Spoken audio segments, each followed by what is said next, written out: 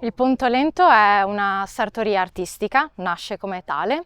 dove principalmente mi occupo di economia circolare, ovvero di recuperare tutti quei frammenti e pezzi di tessuto dimenticati o trascurati e dalla quale poi io ricreo dei pezzi unici e artistici.